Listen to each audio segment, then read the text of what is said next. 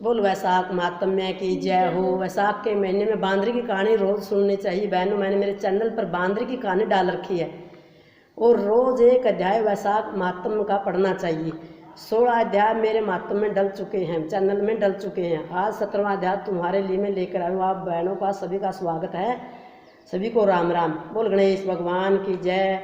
17वां अध्याय शुरू। ब्रह्मा जी कहने लगे कि जो वैशाख धर्म का पालन करता है और उसके गुणों का गान करता है उस पर भगवान प्रसन्न होते हैं। ब्रह्मा जी कहते हैं, हे यम, उस राजा पर मेरा कोई प्रभाव नहीं, क्योंकि विष्णु के भक्तों को शुभ अशुभ करने की किसकी सामर्थ्य है। उनके भक्तों को जरा मृत्यु व्याधि आदि का कुछ भी भय नहीं होता। सेवक को स्वामी ने जिस काम के लिए नियुक्त किया है, जब तक उसमें शक्ति है किए जाएं, और जब कार्य करने की शक्ति न रहे तो स्वामी से निवेदन कर दें, उसी समय वह उरीण हो जाता है और उसे कोई दोष नहीं लगता। स्वामी का कार्य करने का दोष नहीं लगता। अपना कर्तव्य कार्य करने में प्राणियों को कोई दोष नहीं लगता। हे यम, जब तुम इस कार्य के करने में असमर्थ हो तो तुम्हारा क्या दोष है। जब ब्रह्मा जी ने ऐसा कहा तो यम अत्यंत दुखी होकर अश्रुपात करने लगा तथा अत्यंत दीन वाणी से बोला कि हे पिता, मैं आपकी सेवा से मुझको कुछ मिल गया, परंतु सब कुछ मिल गया। अब मुझे अपने काम पर जाने की तब तक इच्छा नहीं जब तक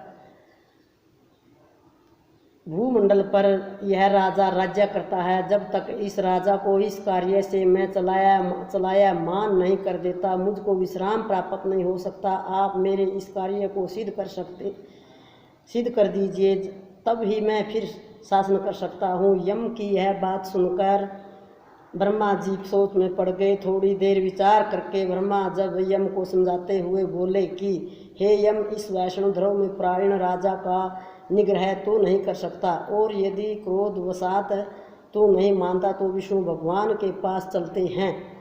जैसी वह आज्ञा करेंगे वैसा ही हम करेंगे। विष्णु भगवान के बिना कुछ नहीं। ऐसा कहकर ब्रह्मा जी यम को साथ लेकर क्षीर सागर में गए और निर्गुण रूप परमेश्वर आदित्य पुरुषोत्तम भगवान की सांगोपांग संख्या योग से स्तुति करने लगे। इस प्रकार की स्तुति पर श्री विष्णु भगवान प्रकट हुए और गंभीर वाणी से कहने लगे कि तुम्हारे आने का क्या कारण है। क्या तुम राक्षसों द्वारा सताए गए हो। यम का मुख मलिन और कंधे क्यों झुके हुए हैं।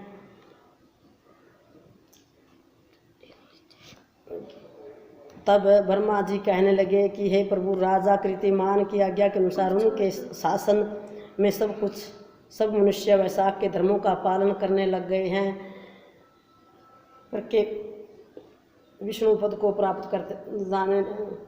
उनकी आज्ञा के अनुसार उनके शासन में सब मनुष्य वैशाख के धर्मों का पालन करके विष्णु पद को प्राप्त करते चले जा रहे हैं। इस कारण जब सारी यमपुरी खाली होगी तो यम युद्ध करने के लिए राजा के पास गया और अपने दंड उठाकर राजा को मारने लगा, तो आपके सुदर्शन चक्र ने इसको परास्त कर दिया। अब यह दुखी होकर मेरे पास आया है। हम आपके भक्तों को दंड देने की सामर्थ्य नहीं रखते, इसलिए आपकी शरण में आए हैं। अब हे महाप्रभु, आप राजा को दंड देकर यम की रक्षा कीजिए। ब्रह्मा जी की यह वार्ता सुनकर भगवान कुछ हंसकर कहने लगे,